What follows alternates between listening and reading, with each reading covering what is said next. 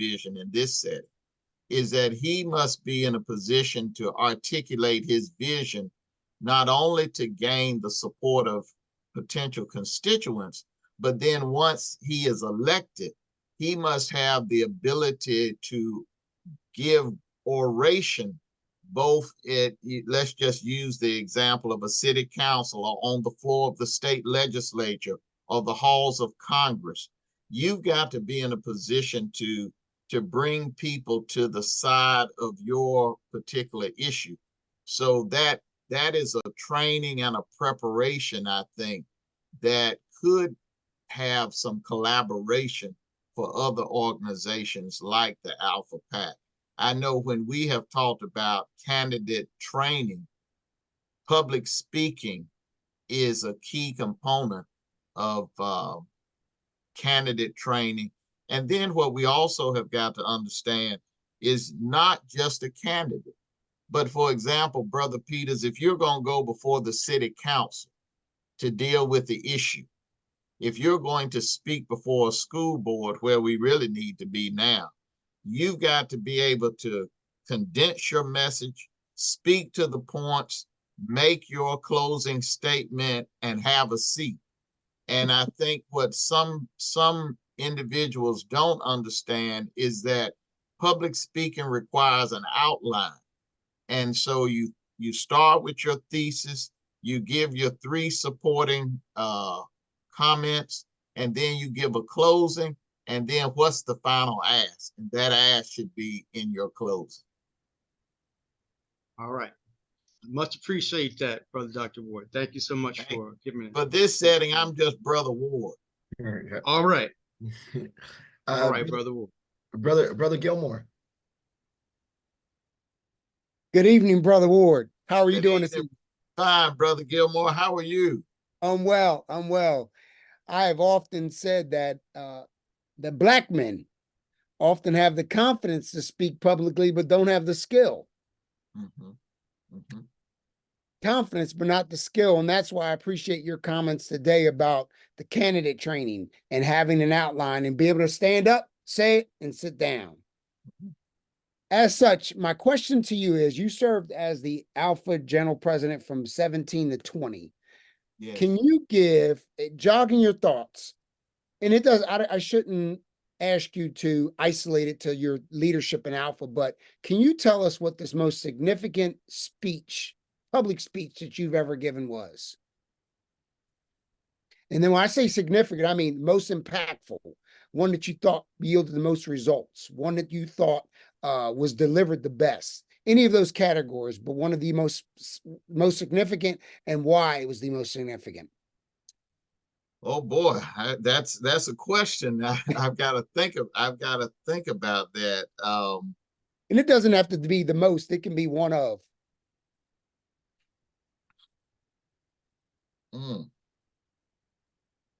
Boy, there were.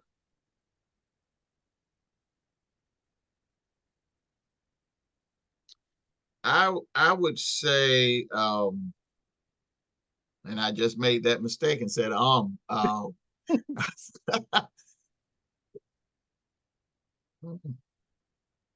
counting. It would be when I spoke during an event in Maryland that was hosted in celebration or in honor of Governor Westmore, our Alpha brother. To be with him and to know that he would one day be the governor of Maryland, and recognizing that that is the state of our brother Thurgood Marshall, our brother post Frederick Douglass, and to see an African-American man and our brother move to the governorship of that state, which was a slave state, was a most meaningful opportunity for me. That's just one. Okay. That comes to mind immediately. And then I would say the second would be to be in Paris in 1919 100 years following Brother Dr.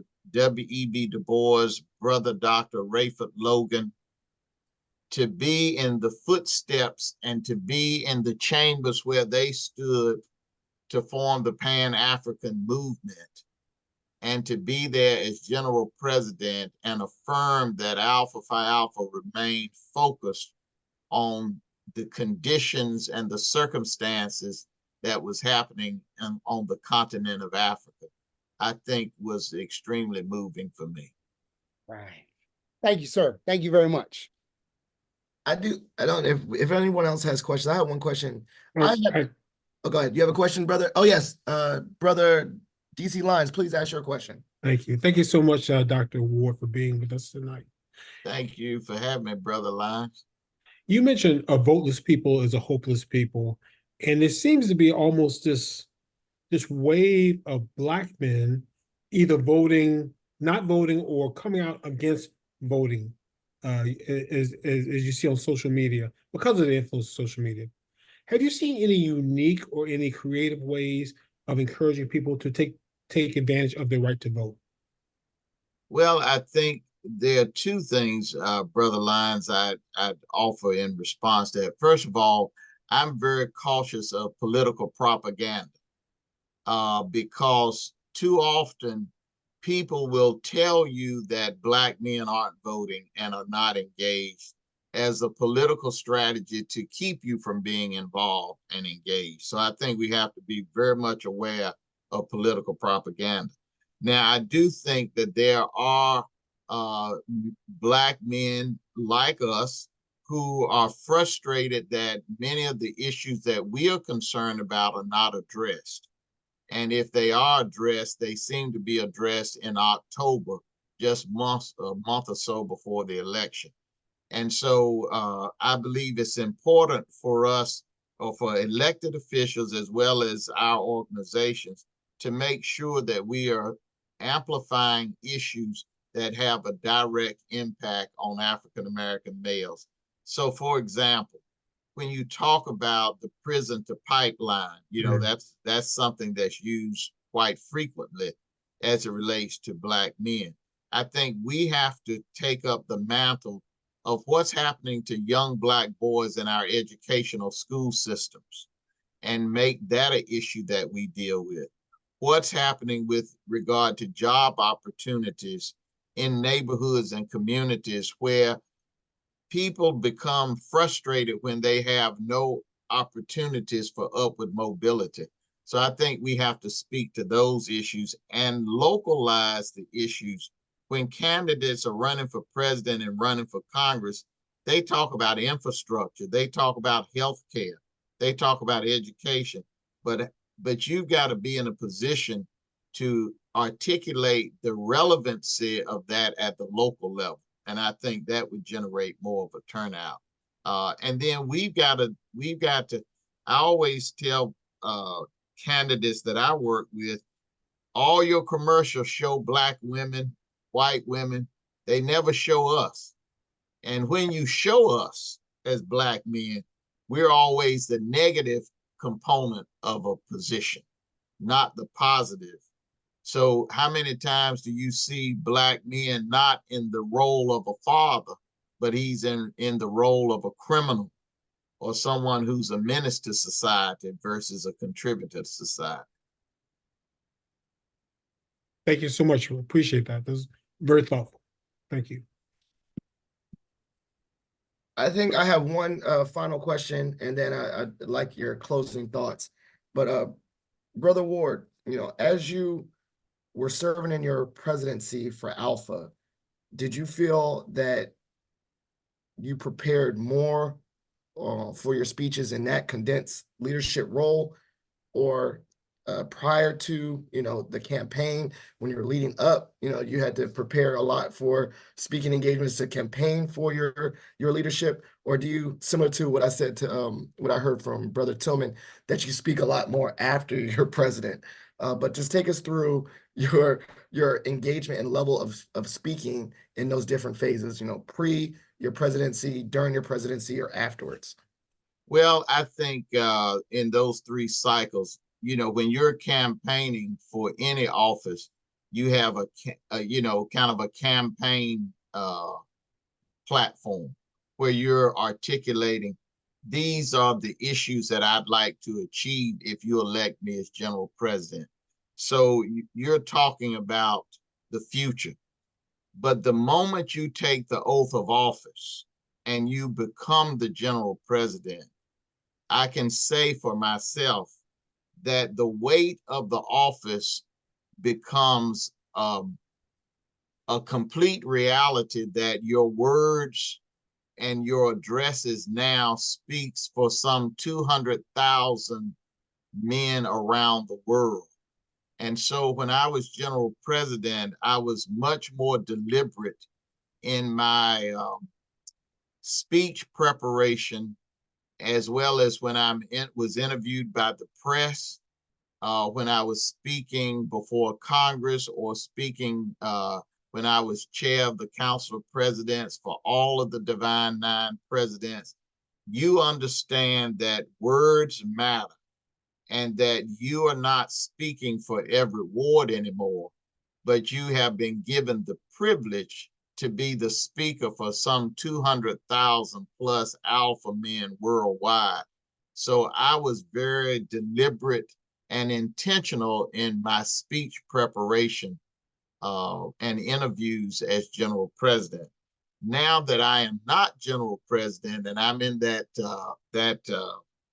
immediate past general president stage, I am much more free in my delivery now, because I'm not general president, and I believe I can add some editorial to my comments that I could not say as general president.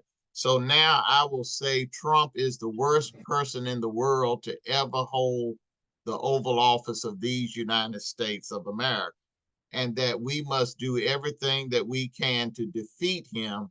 And so that's why I'm enjoying being the chairman of the Alpha PAC, which is a separate organization from the fraternity, because when you can speak to the true issues that are impacting our community, when you have a Ron DeSantis and groups like Moms for Liberty that are really trying to take African-American education out of public schools, when you see the assault on public education, higher education, when you watch the congressional hearings and you could see the congressional total disregard for the president of Harvard University, President Gay, as a Black woman.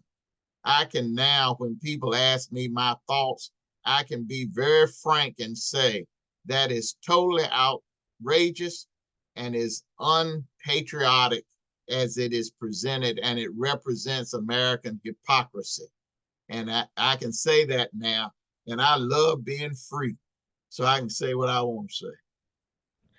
And I lied. I think we have one burning question, Okay. Brother Peralta, and then we'll do our closing thoughts. Brother Ward, I just wanted to greet you officially, and I'm Is so that This is brother that Ramon? Yes, My distinguished brother, how are you?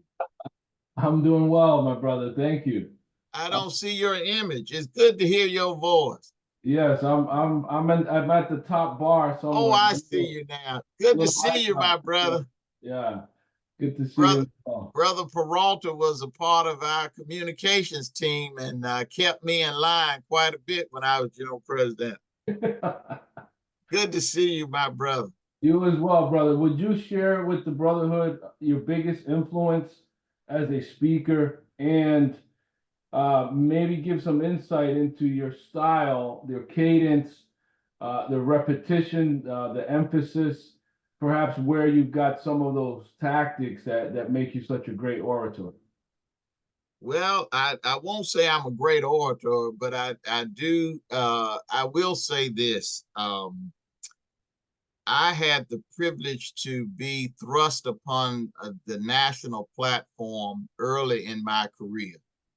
And of course, people would immediately say, well, where you're definitely from the South, and they kind of rag you a little bit about your Southern